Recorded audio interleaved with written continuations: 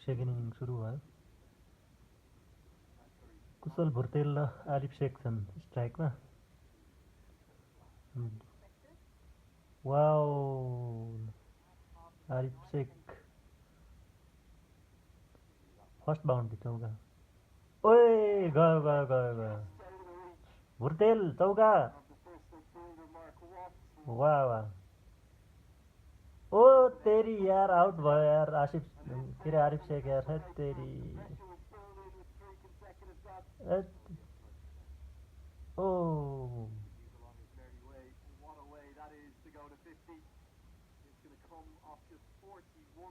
ल, भुर्तेलले 50 बनायो, half century.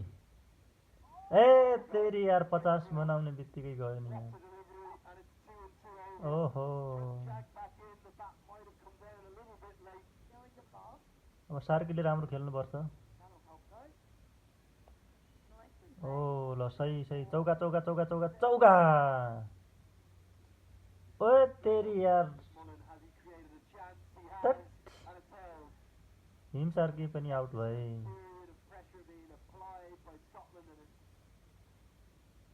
ओ Dipendra Singh out. Gulsan Jat.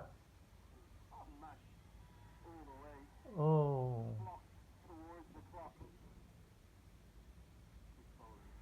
Karan KC छक्का। ओ वाह वाह वाह, ओए चौका चौका चौका चौका चौका, ओ चौका। वाह वाह वाह, जित्नुपर्छ। ल, करण केसीले नि हाफ सेन्चुरी हानिसकेका छन्। ओ माई गड,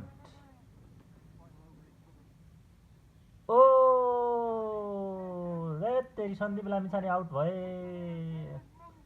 तेरी यार, 6वटा रन मात्रै चाहिएको थियो, 7वटा रन। जसरी पनि जित्नुपर्छ। ओ तेरी, वाइड वाइड वाइड जित्यो ल नेपालले, 297 पुगायो वाइड दिएर। ल, ओ माई गड, ओ जित्यो जित्यो जित्यो जित्यो फाइनल। ओ हो, एक विकेटले जित्यो।